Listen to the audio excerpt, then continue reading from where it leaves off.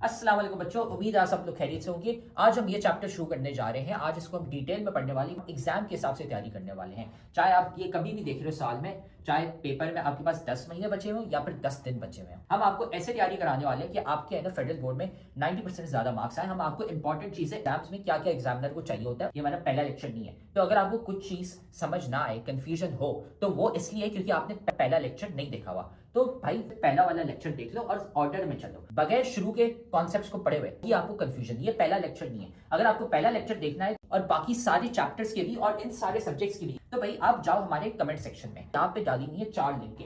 इसमें पूरी किताब की हमने प्लेलिस्ट डाली हुई है, इसको दबा दो, आपको है ना सारे लेक्चर्स मिल जाएंगे इस पूरे के पूरे सब्जेक्ट के। डाले हुए फ्री के नोट्स, यहाँ पे नोट्स कोई एमी नोट्स नहीं है। ये आप लिंक दबाओगे तो खुलते हैं, आपके पास हमारे 300 बच्चे जो थे जिनके 90% ज्यादा मार्क्स आए थे, उनके हमने नोट्स कंपाइल करके आपके लिए डाले हुए ताकि आप भी है ना अपने एग्जाम की तैयारी कर सको। सारे के सारे नोट्स हमने डाले हुए इन 300 बच्चों के। तो भाई ये देखो यहाँ पे पड़ा हुआ है हमारे सब्सक्राइब का बटन, इसको सब्सक्राइब कर लो, ठीक है। बेल्स भी है ना यहाँ पे दबा दो, लाइक करो वीडियो को और साथ में जाके कमेंट करो अपना वीकेस्ट चैप्टर। भाई कौन सा चैप्टर है जो तुम्हें बहुत मुश्किल लगता है, बहुत वीक लगता है, हम क्या करेंगे उसका निकालेंगे one shot lecture. One shot lecture एक लंबा सा पूरे चैप्टर का लेक्चर होगा, उसमें हम आपको एग्जाम ओरिएंटेड तैयारी कराने वाले हैं ताकि आपके है ना पेपर में 90% मार्क्स आ सके। तो जाके कमेंट करो कौन सा चैप्टर आपको बहुत मुश्किल लगता है। फिर ये याद रखना कि भाई हमारे लेक्चर्स, हमारे नोट्स, सारे गेस्ट पेपर्स काम के होते हैं। ये 300 बच्चे हैं जिनके ना 90% ज्यादा मार्क्स आए थे। तो सारा मटेरियल कमेंट सेक्शन में सबसे पहला कमेंट है, वहां पे पड़ा हुआ है। और अगर आप भी उन बच्चों की तरह 90% ज्यादा मार्क्स लाना चाहते हैं तो आप भी ना हमारी बैच ज्वाइन कर सकते हैं, जिसमें हम आपको A to Z सारी तैयारी कराते हैं सारे सब्जेक्ट्स की, है ना। हमारी स्पेशल बैच नंबर 1 है, तो हमें इस व्हाट्सएप नंबर पर मैसेज कर लो। ये सारी चीजें हम आपको देते हैं और एग्जाम के हिसाब से तैयारी कराते हैं। अगर आप भी है ना 90% ज्यादा मार्क्स लाना चाहते हैं, अपने माँ बाप का नाम रोशन करना चाहते हैं। तो अब हम ये लेक्चर शुरू करते हैं। इस टॉपिक को आज डिटेल में हम पढ़ने वाले हैं। सही है। सो यहाँ तक हमने कर लिया। अब हम आते हैं बायोलॉजिकल मॉलिक्यूल्स पर। तो अब ज़ाहिर है मॉलिक्यूल्स वाली बात जब भी हम कर रहे थे वह हम यहाँ लिख देते हैं। सिर्फ 1 सेकंड में यहाँ पर आप लोगों के लिए, बिकॉज नोट्स में ताकि मौजूद हो, मैं लिख देती हूँ what protoplasm actually is. Protoplasm refer to cytoplasm, cell membrane and nucleus. ठीक है, okay. So now coming on to biological molecules. अब biological molecules है, नाम सुनकर भी ऐसा लग रहा है कि जो molecules like living organisms के अंदर मौजूद होंगे, जो ज्यादा उसमें वर्क कर रहे होंगे, they are called biological molecules। सही है। So हम यहाँ से पढ़ते हैं, फिर इसमें हर एक पॉइंट्स एक्सप्लेन करते जाऊंगी जो जो साथ में आता रहेगा। Molecules produced and utilized in the metabolic processes within the living organisms are called biological molecules। यानी कि जो मॉलिक्यूल्स, वो वाले मॉलिक्यूल जैसे कि कार्बोहाइड्रेट्स वगैरह जो कि मेटाबॉलिक प्रोसेस के अंदर यूटिलाइज हो रहे हैं। मेटाबॉलिक प्रोसेस क्या है? जैसे कि फोटोसिंथेसिस हो गया, रेस्पिरेशन हो गई, डीएनए रेप्लिकेशन, इस तरह के ये सारे मेटाबॉलिक प्रोसेस होते हैं जिनमें एनर्जी यूज हो रही है, एनर्जी प्रोड्यूस हो रही है। देखो मेटाबॉलिक प्रोसेसेस में ना, ये वैसे मेटाबॉलिज्म नेक्स्ट चैप्टर का टॉपिक है, मगर मैं फिर भी बता देती हूँ। मेटाबॉलिज्म में 2 टाइप्स होती हैं, एक होती है एनाबॉलिज्म और एक होती है कैटाबॉलिज्म। तो अभी हम उसकी डिटेल्स में नहीं जा रहे, मगर मेटाबॉलिज्म जो है उसमें ही होता है कि या तो एनर्जी प्रोड्यूस हो रही होगी या फिर एनर्जी यूज हो रही होगी। तो अगर हम कहें कि एनर्जी यूज हो रही है तो वो ऐसे है कि मतलब आपने कोई प्रोसेस, जैसे कि आपने खाना खाया, खाना खाने में आपने एनर्जी, जब फूड अंदर बॉडी में चला गया तो उसको वो एनर्जी यूज कर रहा है ब्रेक डाउन होने के लिए मॉलिक्यूल्स। ठीक है, आपको ये बात अभी थोड़ी सी अजीब लगेगी कि ऑपोजिट में बोल रही हूँ, नहीं, एनर्जी प्रोड्यूस तो हो रही है, प्रोड्यूस बाद में होगी कि आपने उससे जो एनर्जी निकाली, यानी जो फॉर एग्जांपल कार्बोहाइड्रेट्स खाए, कार्बोहाइड्रेट्स में से मिलकर स्मॉलेस्ट फॉर्म इनकी बन गई ग्लूकोज वगैरह, जो भी ग्लूकोज आ गई, ग्लूकोज से आपको एनर्जी मिलेगी बिकॉज वो बॉडी में जाकर, सेल में जाकर उसके ऊपर रेस्पिरेशन होगी, वो वहां से एनर्जी प्रोडक्शन वो बाद में प्रोसेस होगा। मगर पहले इस कार्बोहाइड्रेट को ग्लूकोज तक लाने के लिए भी एनर्जी यूज हो रही होगी, उसको ब्रेक डाउन करने के लिए। अगर आप कोई चीज अगर तोड़ रहे हैं, हथौड़े से आपने कोई चीज तोड़ी, तो उसमें आपकी अपनी तो एनर्जी यूज हो रही है ना, तो वो वाला काम है। तो इसलिए जिस प्रोसेस में energy utilize, metabolic molecules produce हो रहे हो या यूटिलाइज हो रहे हो मेटाबॉलिक प्रोसेस में within the living organism, वो उनको कहते हैं biological molecule. Biomolecules are the building blocks of life and perform important functions in the living organisms like growth, development, energy production, reproduction. सो ये जो बायोलॉजिकल मॉलिक्यूल्स हैं ये body में जाकर अलग अलग प्रोसेसेस करते हैं, अलग अलग काम, इनके इंपॉर्टेंट फंक्शंस हैं, जैसे कि ग्रोथ का हो गया, ग्रोथ यानी कि आप अब छोटे से बड़े हो गए हैं, अब तो ये ग्रोथ है। डेवलपमेंट हो गई कि सेल्स वगैरह में अब जो है डिफरेंट ऑर्गन्स मेच्योर हो गए हैं, अब इस तरह की चीजें ये और डेवलपमेंट होती है। एनर्जी प्रोडक्शन के अभी आपने खाना फॉर एग्जाम्पल दोपहर में खाया होगा, अब रात में दोबारा खाना खाएंगे तो उससे एनर्जी प्रोड्यूस हो रही है, आप रनिंग करके आ रहे हैं, स्पोर्ट्स कर रहे हैं स्कूल में, तो ये सब चीजें में एनर्जी प्रोड्यूस भी हो रही है। फिर रिप्रोडक्शन होती है जिसमें नए सेल्स बनते हैं, ऐसे होता है, ये बात हमने पहले पढ़ चुके हैं। तो ये सारे प्रोसेस वो हैं जिनमें बायोलॉजिकल मॉलिक्यूल्स यूज हो रहे होते हैं। Different bio elements combine each other to form bio molecules. अब जाहिर है अलग अलग मॉलिक्यूल्स, बायो मॉलिक्यूल्स मिलकर अलग अलग एलिमेंट्स मिलकर अलग मॉलिक्यूल्स बनाते हैं। जैसे for example this is hydrogen, hydrogen एक एलिमेंट है, फिर हाइड्रोजन अगर दो हाइड्रोजन आएंगे और फिर वो मिलकर ऑक्सीजन के साथ बॉन्ड बनाएंगी तो बन जाएगा हमारे पास वाटर, ठीक है, और वो वाटर को हम कहेंगे H2O है। तो ये दो बायो एलिमेंट्स थे, मेजर बायो एलिमेंट्स हो माइनर हो डजंट मैटर, मगर बायो एलिमेंट्स होने चाहिए 16 में से कोई भी वो बायो एलिमेंट्स आपस में मिले, उन्होंने मॉलिक्यूल बनाया, ये बन गया बायो मॉलिक्यूल। ठीक है, समझ में आई बात। जैसे अगर हम उसकी ग्लूकोज की बात करें, ग्लूकोज का फॉर्मूला होता है C6H12O6, यानी कि 6 carbon atoms, 12 hydrogen atoms and 6 oxygen atoms, और वो मिलकर जब वो मिलते हैं ये मिलकर बायो मॉलिक्यूल बन गया। इसमें 3 बायो एलिमेंट्स यूज हो रहे हैं। ठीक है, तो bio elements may be inorganic यानी वाटर एंड सॉल्ट्स वगैरह हो, या फिर ऑर्गेनिक हो, carbohydrates, lipids, proteins and nucleic acids. Inorganic क्या होते हैं? इनऑर्गेनिक मॉलिक्यूल्स वो हैं जिनके अंदर कार्बन नहीं यूज हो रही होती। ठीक है, ये सारे वो हैं जो कि मतलब जिनसे मतलब वो अलग वाले, जो ये ऑर्गेनिक मॉलिक्यूल्स नहीं होते। ऑर्गेनिक वो हैं जो कि एनर्जी प्रोवाइड कर रहे हैं, जिसमें कार्बन सब में इनकी फॉर्मूला से मौजूद होगी। So these are carbohydrates, lipids, proteins, nucleic acids. फिर complex organic molecule biomolecules are polymers of their building blocks called monomers. Polymers क्या है? बेसिकली कोई भी चीज होती है वो बड़ी, जब हम हर चीज का बड़ा वर्जन देखते हैं, ठीक है, और वो उसके छोटे वर्जन से मिलकर बना होता है। ठीक है, छोटे छोटे ब्लॉक्स होते हैं जो मिलकर बड़ी चीज बनाते हैं। जैसे कि अगर हम एग्जांपल लें तो नॉट ऑफ पॉलीमर्स और मोनोमर्स, मगर इसकी वैसी बात है जैसे कि हम लेवल्स ऑफ ऑर्गेनाइजेशन में हम डिस्कस करते हुए आ रहे थे। तो लेवल्स ऑफ ऑर्गेनाइजेशन में डिस्कस किया था कि सबसे बड़ी चीज, जो सबसे हाईएस्ट ऑर्गेनाइजेशन लेवल है वो है ऑर्गेनिज्म। तो आप अगर मैं आपको देखूंगी तो I am seeing an organism. फिर ऑर्गेनिज्म के आपके अंदर जो है अलग अलग ऑर्गन सिस्टम्स होंगे, फिर ऑर्गन सिस्टम जो है ऑर्गन से मिलकर बने हैं, और वो ऑर्गन टिश्यूज और सेल्स और इस तरह से मिलकर बने हैं। तो वैसे ही जो हम अगर कोई आप खाने में अगर फॉर एग्जांपल पोटैटो खाते हैं, पोटैटो क्या है? Potato is a carbohydrate. ठीक है, पोटैटो के अंदर कार्बोहाइड्रेट्स होते हैं। तो अब आपने जो चीज मेनली देखी वो है पॉलीमर। कार्बोहाइड्रेट एक पॉलीमर है, उसका मोनोमर क्या है? वो है ग्लूकोज। सही है, हम जब खाना बिल्कुल डाइजेस्ट कंप्लीटली डाइजेस्ट हो जाता है, तो वो बिल्कुल सेल में डाइजेस्ट होकर बिल्कुल अब्सॉर्ब हो रहा होता है, तो वो in the form of glucose absorb होता है, और वो उसको हम कहते हैं वो मोनोमर है। तो यानी कार्बोहाइड्रेट का मोनोमर ग्लूकोज था। तो ये कह रहे हैं कि जो कॉम्प्लेक्स ऑर्गेनिक मॉलिक्यूल्स हैं, जो कि मैंने ज्यादा कॉम्प्लेक्स कहते हैं किसी चीज में, जो कि जिसमें ज्यादा डेप्थ हो, जिसमें ज्यादा मल्टीपल लेयर्स का बना हुआ हो, या बहुत सारी चीजें मिलकर जो बनाती है वो कॉम्प्लेक्स हो जाती है चीज। तो complex organic biomolecules are polymers of their building blocks called monomers, यानी कि वो मोनोमर्स के बड़े वाले वो पॉलीमर्स के बिल्डिंग ब्लॉक्स होते हैं monomers. Major organic biomolecules, their locations inside the cell and name rows are given in this table. ठीक है, सो नाउ डन। फिर हम आते हैं नेक्स्ट अब ये जो मेन हमारे पास बायोमोलिक्यूल्स हैं, या जो ऑर्गेनिक बायोमोलिक्यूल्स हैं वो ये हैं। तो पहला है हमारे पास कार्बोहाइड्रेट्स। तो कार्बोहाइड्रेट वजह से मैंने बताया कि इसकी बिल्कुल simplest form glucose, lactose, sucrose, starch, cellulose, chitin ये सब हो जाती है। अब डिपेंड करता है कि कौन कौन सी जगहों पर मौजूद है और कहाँ पर उनका क्या किस फॉर्म में मौजूद है, तो उस पर फिर उनका मोनोमर डिपेंड करेगा। हमारी बॉडी के अंदर जितने सेल्स में जो शुगर जिस फॉर्म में होती है, डाइजेस्ट होकर जिस फॉर्म में एब्जॉर्ब होती है, जिस फॉर्म में यूज होती है एनर्जी बनाने के लिए, वो फॉर्म है glucose. Glucose I am sure आपने नाम सुना होगा, ग्लूकोज वो है।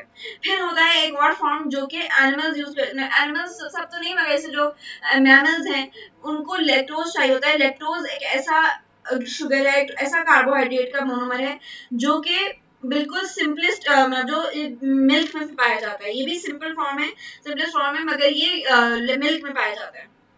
तो अब ये लैक्टोज जो है वो, जैसे आपने सुना देखा होगा, कुछ आजकल आना शुरू हो गया lactose free milk. Lactose free milk क्यों होता है? क्योंकि कुछ लोगों की बॉडी में लैक्टोज जो है डाइजेस्ट नहीं हो सकता। लैक्टोज एक ऐसी शुगर है, तो लैक्टोज भी शुगर है, वही कार्बोहाइड्रेट ग्लूकोज की तरह की, लेकिन वो मिल्क में मौजूद होती है। तो लैक्टोज हो गई, लैक्टिक एसिड सुना हो शायद, तो ये सब चीजें ये ग्लूकोज में आता है। देन सुक्रोज, फ्रूट्स में आपके पास जो शुगर मौजूद होती है वो सुक्रोज होती है, ठीक है, सुक्रोज या फ्रक्टोज। सुक्रोज बिल्कुल बेसिक लाइक सिंपलेस्ट ग्लूकोज वाली लेवल की फॉर्म है। इसके बाद डाइसैकेराइड होता है जो कि थोड़ा सा इससे थोड़ी बड़ी लेवल, और वो उसको हम कहेंगे कि वो उसमें फ्रक्टोज आ जाता है। फिर अभी खैर हम उस बारे में नहीं जा रहे, वो आगे हम कार्बोहाइड्रेट्स में डिस्कस करेंगे उसका। लेकिन या तो दिस इज सुक्रोज। सुक्रोज जैसे अभी आप अगर एप्पल खाओगे तो एप्पल में सुक्रोज होगा। जैसे शुगर केन होता है, तो शुगर केन में जो शुगर है मेन वो सुक्रोज फॉर्म में होती है। फिर स्टार्च, स्टार्च पोटेटोज में होता है। सेल्यूलोज जो है, सेल्यूलोज कहाँ पे देखा होता है? हमने सेल्यूलोज की बात की थी जब हम सेल वॉल पढ़ रहे थे। तो प्लांट्स की सेल वॉल किससे बनी होती है? Plant cell wall is made of cellulose, यानी कि प्लांट्स की सेल वॉल में शुगर होती है मौजूद, कार्बोहाइड्रेट की एक फॉर्म मौजूद रहती है। फिर काइटिन जो है वो फंगस की सेल वॉल होती है। बेसिकली कोई भी मॉलिक्यूल बड़ा है, जैसे कार्बोहाइड्रेट्स हैं, वो बड़े अभी कार्बोहाइड्रेट सबसे कॉम्प्लेक्स फॉर्म है। कॉम्प्लेक्स मतलब कि उसके अंदर बहुत सारे अभी मतलब मजीद इसको ब्रेक करने के लिए आपको बहुत लेवल्स लगेंगे। पहले आप अगर कार्बोहाइड्रेट को सिंपल करोगे तो शायद पहले स्टार्च में कन्वर्ट हो, फिर स्टार्च के बाद वो जाके सुक्रोज या ग्लूकोज में जाए। तो कॉम्प्लेक्स और मॉलिक्यूल्स होते हैं जो कि थोड़े जिसमें ज्यादा चीजों से मिलकर बने होते हैं, जो इतना इजीली ब्रेकेबल, इतनी इजीली डाइजेस्टेबल नहीं होते। ठीक है, ये बात समझ में आ गई? कॉम्प्लेक्स मॉलिक्यूल्स का ये मतलब है। अब कॉम्प्लेक्स मॉलिक्यूल्स में जो होते हैं वो पॉलीमर्स होते हैं।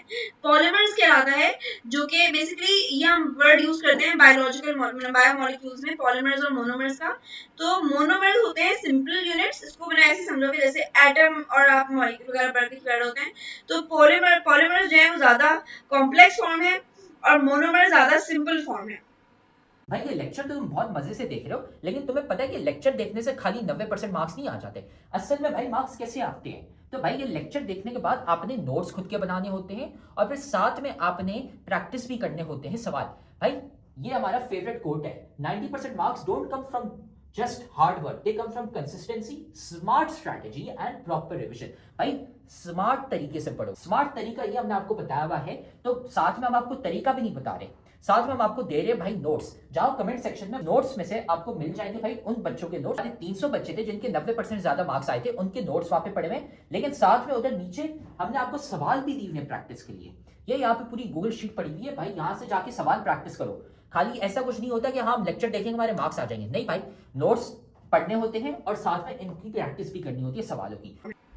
ठीक है, तो जैसे अभी हम कार्बोहाइड्रेट्स की डिस्कशन करें, तो carbohydrate in itself is a polymer. वो हाँ, और उसका जो बिल्कुल एक सिंपल मतलब ऐसे समझ लो कि मोनोमर्स जो है वो एक सिंगल ब्लॉक है, एक सिंगल ईंट है। जैसे कि ब्रिक होती है, वो मोनोमर एक है, वन ब्लॉक ऐसा। This is one monomer. अब ये इसमें बहुत सारे जुड़कर हो जाए, चेन बन जाए इनकी। तो ये ठीक है, ये इस तरह की पूरी लंबी चेन बनती जाए तो वो मिलकर पॉलीमर हो जाएगा। पोली कहते हैं, like the word POLY means के मेनी, और मोनो मींस वन। तो अगर वन मर मींस के एक single unit, monomer means one unit, and polymer means many units. ठीक है, तो इसमें आप ऐसे चेन ऑफ यूनिट्स की तरह समझ लो कि चेन है बहुत सारे मोनोमर्स की, वो मिलकर पॉलीमर बना रही है।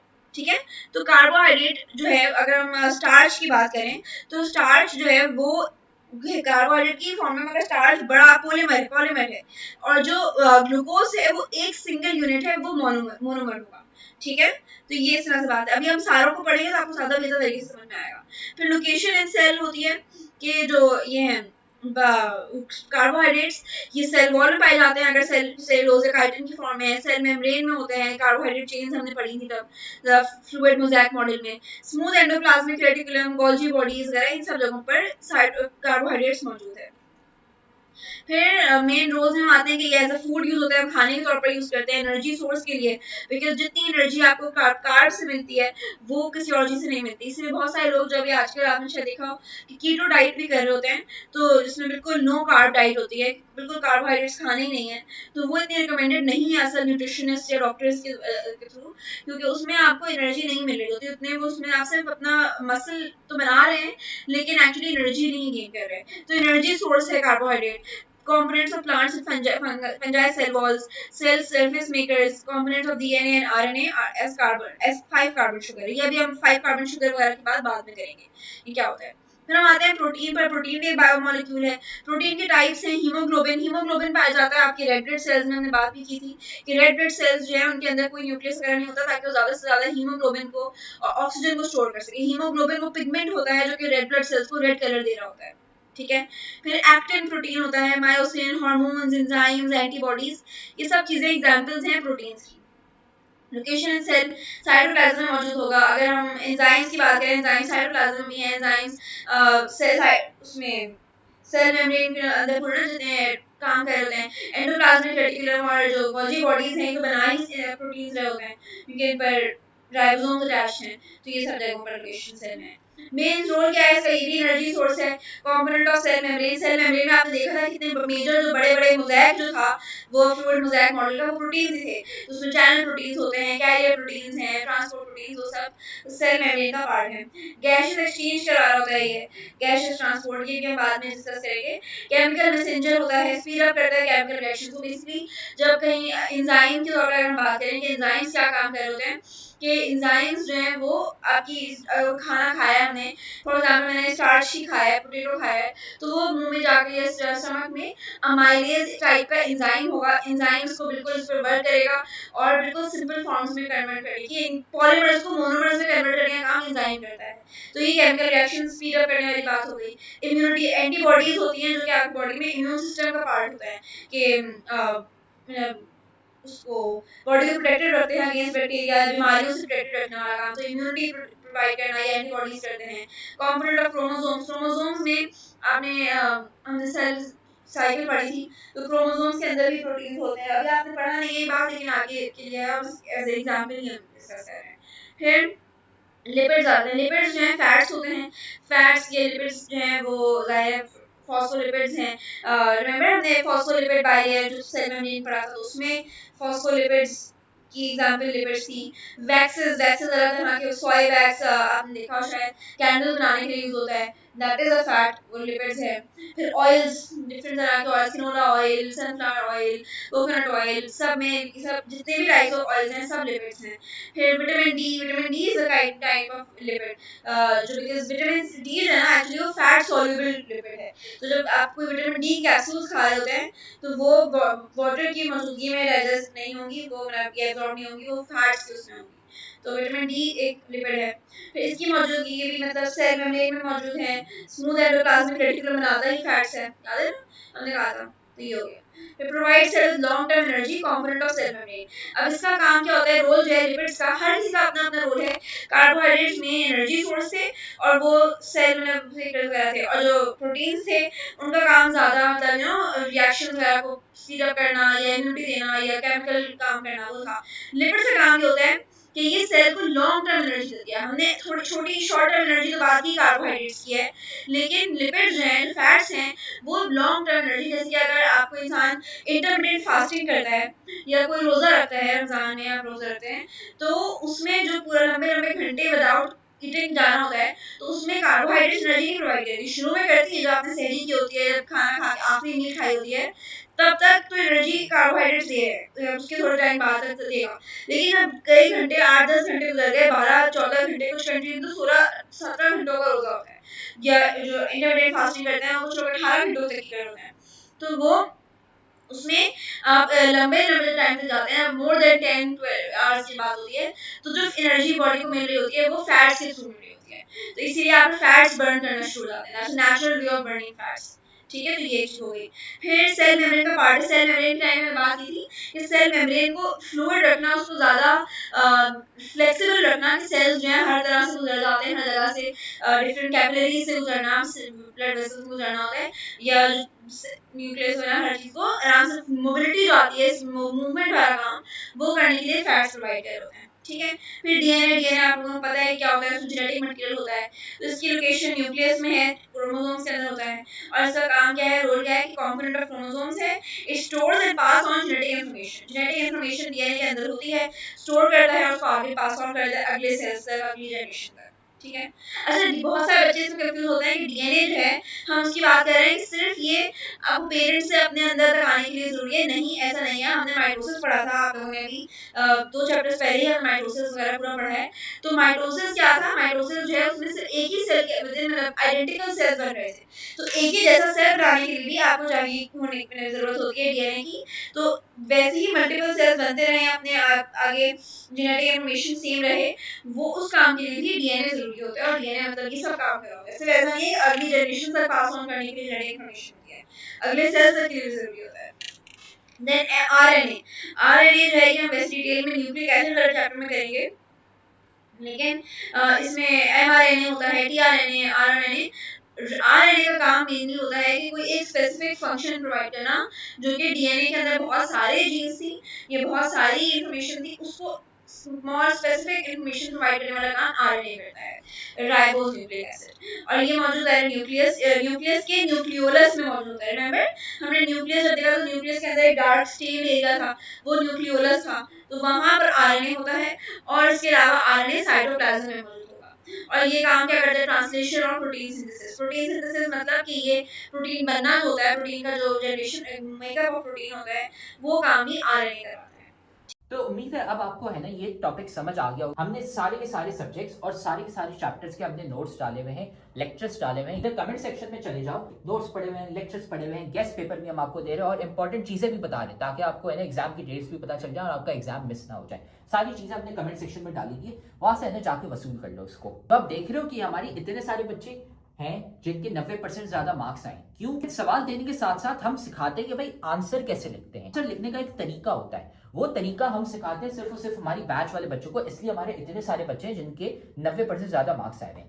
तो अगर आप भी हमारी बैच ज्वाइन करना चाहते हैं ताकि आपके भी 90% से ज्यादा मार्क्स आए, तो हमारी बैच के लिए इस व्हाट्सएप नंबर पे हमें मैसेज कर लो, आपको ये सारी चीजें मिल जाएंगी। हम आपको सिखाएंगे कि भाई आंसर कैसे लिखते हैं। टॉपर बच्चे जो 90% ज्यादा मार्क्स लाते हैं वो आंसर कैसे लिखते हैं, ताकि एग्जामिनर मार्क्स काट ही ना सके, ताकि वो एग्जामिनर बोले भाई ये लो फुल मार्क्स। हमें इस व्हाट्सएप नंबर पे मैसेज कर लो और हम आपको ऐड कर लेंगे हमारी बैच में, और फिर आप भी है ना 90% से ज्यादा मार्क्स ला सकते हैं।